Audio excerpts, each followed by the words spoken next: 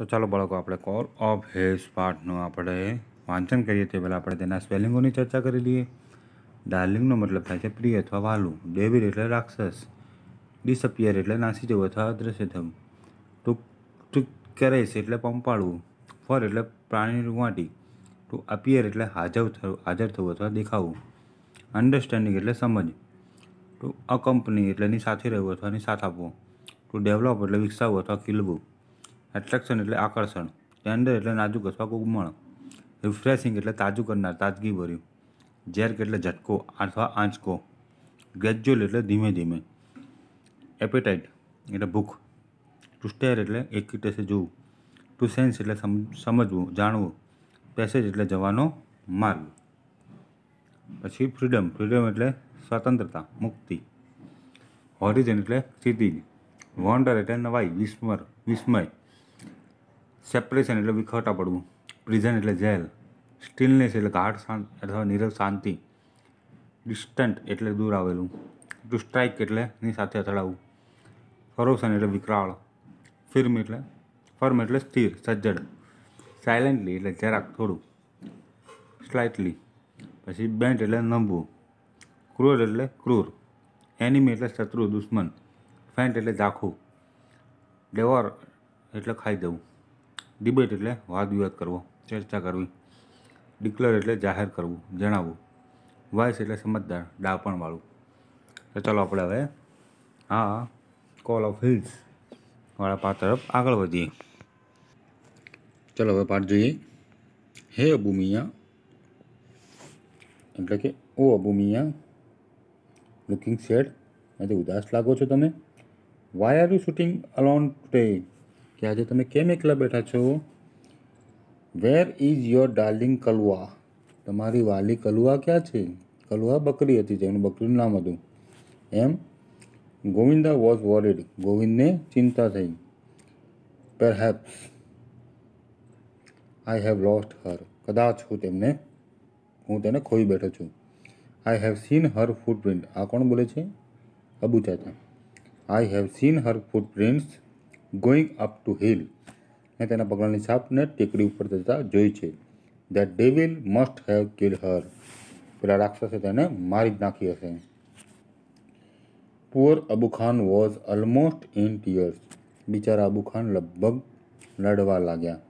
He could not understand why Kalua broke the string and disappeared in the night Kalua દોરડું તોડીને રાત્રે શા માટે નાસી ગઈ તે અબુ ખાનને સમજાતું ન હતું। He use to give her green juicy grass and tasty grains તે તેને લીલું ઘાસ, રસવાળું ઘાસ અને સ્વાદિષ્ટ અનાજ ખાવા માટે આપતા હતા। But even then his only family member head left his house તેમ છતાં તેમના કુટુંબની એકમાત્ર સદસ્ય કલુઆ તેમનું ઘર છોડીને નાસી ગઈ હતી। આફ્ટર સમ ડેઝ થોડા દિવસો પછી Abu Miya bought another goat Abu Miya એક બીજી બકરી ખરીદી। This new one was pretty આ એક નવી બકરી ખૂબ જ સુંદર હતી। વ્હાઇટ એન્ડ સ્નો બરફ જેવી સફેદ।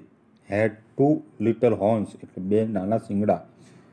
And pair of lovely bright red eyes અને સુંદર લાલ આંખો। આઈ કોલ યુ ચાંદની હું તેને ચાંદની કહીશ। કેરિસિંગ હર સોફ્ટ હર સેડ તેની રૂવાટીને પંપાળતા તેઓ બોલ્યા હું તેને શું કહીશ? I call you Chandni. One fine morning his neighbour Govinda appeared એક દિવસ સવારે તેનો પાડોશી ગોવિંદા ત્યાં આવ્યો।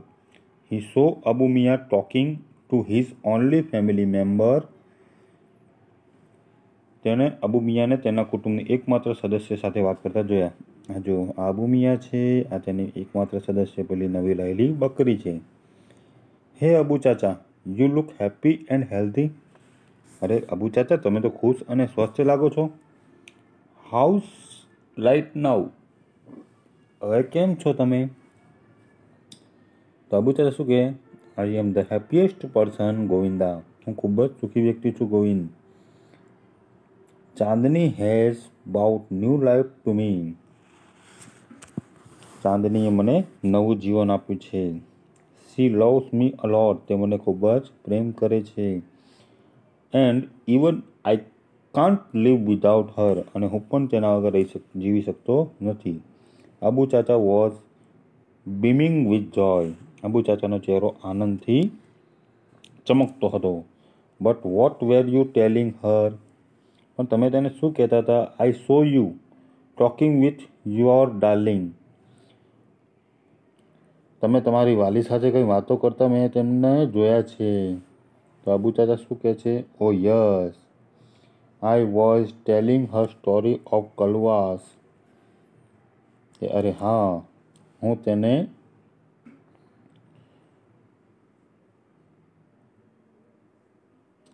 કલવાસ sad end the blood thirsty teeth of that devil on the hill.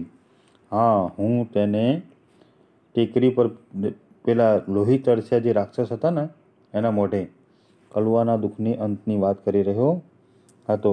Abu Miya replied. Abu મિયાએ કહ્યું, but my dear Chandni will never leave me. પણ મારી ચાંદની મને કદી પણ છોડીને નહીં જાય. She is so understanding. તે ખૂબ જ સમજદાર છે. And happy with me. અને મારી સાથે ખુશ છે. He added. તેમણે કહ્યું. ગોવિંદે કહ્યું, Abu Chacha, I am delighted to see you like this. Abu Chacha, હું તમને આમ ખુશ જોઈને ખૂબ ખુશ છું. I am sure Chandni will accompany you till your last breath. મતલબ કે મને ખાતરી છે કે ચાંદની તમારા છેલ્લા શ્વાસ સુધી તમારો સાથ આપશે. સમ યર્સ પાસ્ડ. થોડા વર્ષો વીતી ગયા. સમ યર્સ પાસ્ડ એટલે થોડા વર્ષો વીતી ગયા, પસાર થઈ ગયા. Chandni developed an attraction for the hill.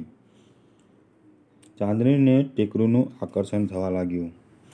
Every morning she watched the hilltop shining in the tender sunlight. તે રોજ સવારે કોમળ તડકામાં ચળકતી ટેકરીઓને જોતી હતી. How beautiful this hills are. આ કેટલી સુંદર છે ટેકરીઓ. She thought. તેને થયું. And how refreshing is the breezy that blow through them. અને તેમાંથી આવતી પવનની લહેરો કેટલી તાજગી ભરેલી છે. I must run across those green fields. મારે પેલા લીલા લીલા ખેતરોમાં દોડવું જ પડશે. She ran toward the hill but stop with the jerk. Jerk એટલે ચાટકો લાગવો.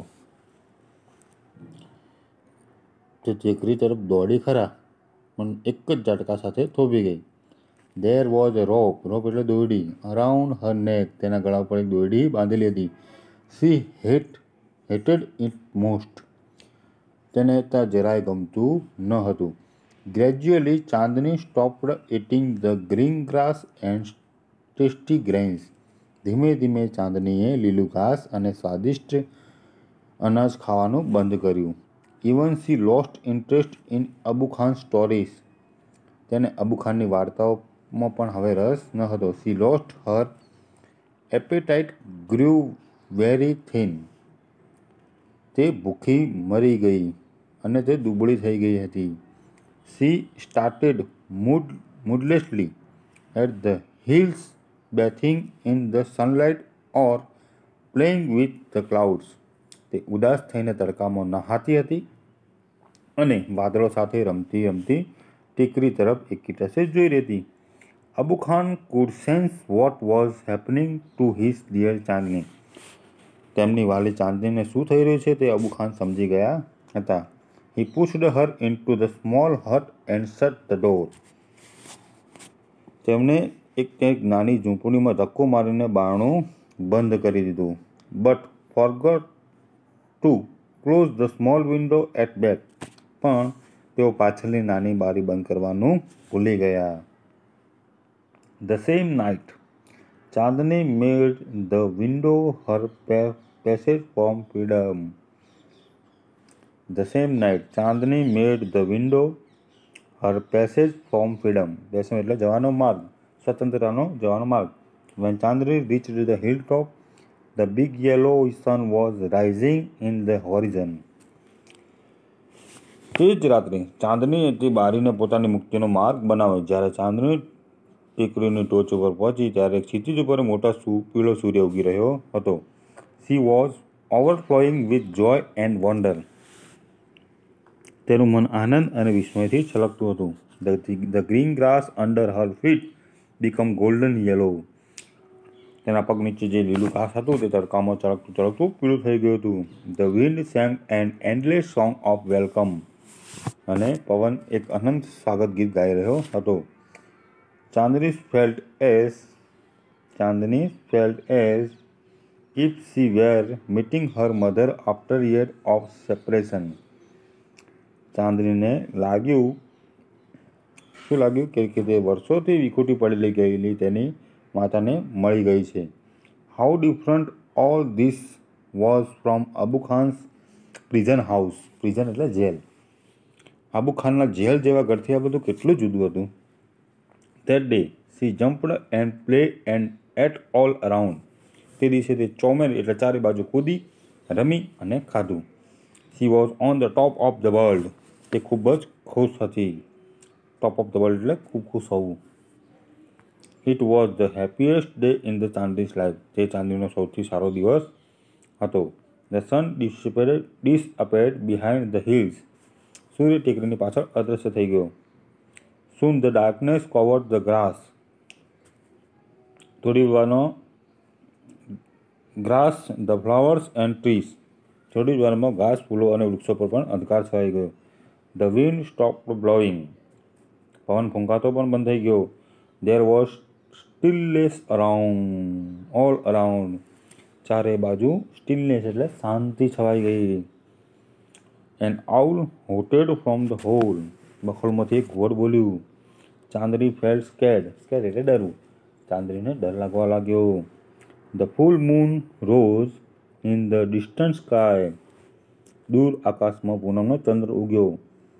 In its silver height, Chandni saw two bright eyes and sharp teeth.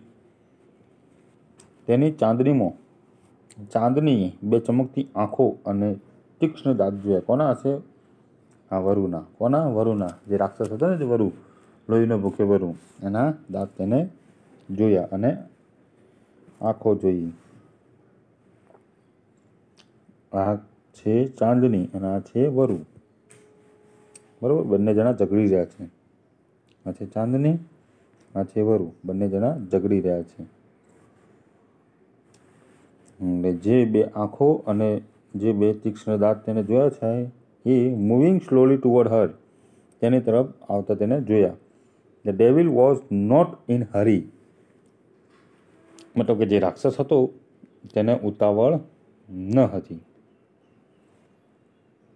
He knew that this goat was also his food. તે જાણતો હતો કે આ બકરી પણ તેનો શિકાર છે. The wolf and the goat struck there heads with each other. વરુ અને બકરી એકબીજાના સાથે માથા અથડાવ્યા. He was big and ferocious. Various. She was small but not weak. તે વરુ ખૂબ મોટું અને વિકરાળ હતું, જ્યારે ચાંદની નાની હતી પણ નબળી ન હતી. ચાંદની stood firm on her legs. firm એટલે એકદમ સજ્જડ રીતે સ્થિર. ચાંદની તેના પગ ઉપર સજ્જડ રીતે સ્થિર ઊભી રહી. Head slightly bent. તેને માથું થોડું વાળ્યું. Her strong horns aimed at the devil. અને મજબૂત શિંગડા રાક્ષસના સામે તાકેલા રાખ્યા. She looked like a brave soldier ready to fight a cruel enemy. તે એક ક્રૂર શત્રુ સામે લડવા તૈયાર હોય તેવી બહાદુર સૈનિક જેવી લાગતી હતી. The fight began. લડાઈ શરૂ થઈ. It went on throughout at night. તે આખી રાત ચાલી ગઈ. The moon began to grow pale and suddenly hide behind the clouds. ચંદ્ર ઝાંખો પડવા લાગ્યો અને અચાનક વાદળાની પાછળ સંતાઈ ગયો. The stars also began to disappear one by one. તારાઓ પણ એક પછી એક અદૃશ્ય થવા લાગ્યા. A faint light appeared in the east. પૂર્વમાં એક ઝાંખો પ્રકાશ દેખાવા લાગ્યો. The first ray of the sun saw Chandni lying on the ground. સૂર્યના પહેલા કિરણે ચાંદનીને જમીન પર પડેલી જોઈ. She was completely soaked in blood. તે લોહીથી લથબથ હતી. The wolf tired and sleepy. થાકેલું અને ઊંઘથી વોઝ ગેટિંગ રેડી ટુ ડેવોર હર. થાકથી અને ઊંઘથી ઘેરાયેલું વરુ તેને ખાવા માટે તૈયાર હતું. હવે આગળ જોઈએ. A flock of birds. એક વૃક્ષ ઉપર બેઠેલા પક્ષીઓના sitting on tree was debating the result of fight. એક વૃક્ષ ઉપર પક્ષીઓના બેઠેલા ટોળો, ફ્લોક ઓફ બર્ડ્સ એટલે પક્ષીઓનું ટોળું, ઝાડ ઉપર બેઠેલું એક પક્ષીઓનું ટોળું આ લડાઈના પરિણામ વિશે ડિબેટ એટલે ચર્ચા કરી રહ્યું હતું. So what is the winner? તો કોણ વિજેતા છે? આસ્ક્ડ અ વન. એક નાનકડા પક્ષીએ પૂછ્યું. The wolf. ઓફકોર્સ. વરુ જ ને. Most of other declare together. મોટાભાગના પક્ષીઓએ આ ડિક્લેર કર્યું. શું ડિક્લેર કર્યું? કે વરુ જ હોય. કોણ હોય? વરુ જ હોય. નો. ના. Said wise old bird. એક ડાયા સમજદાર વૃદ્ધે ના પાડી. Chandni is the winner. Chandni વિજેતા થઈ તેમ એક નાના વૃદ્ધ પક્ષીએ કીધું. આઈ હેવ નેવર સીન સચ અ બ્રેવ ફ્રીડમ ફાઇટર. મેં આટલી બહાદુર સ્વતંત્રતા સેનાની કદી જોઈ નથી, જે પોતાને જીવ બચાવવા માટે આખી રાત લડી હોય. એટલે ખરેખર વિજેતા કોણ કહેવાય? ચાંદની જ કહેવાય ને. તો આવી જ રીતે આપણે પણ ગુલામીમાં હતા અંગ્રેજોની.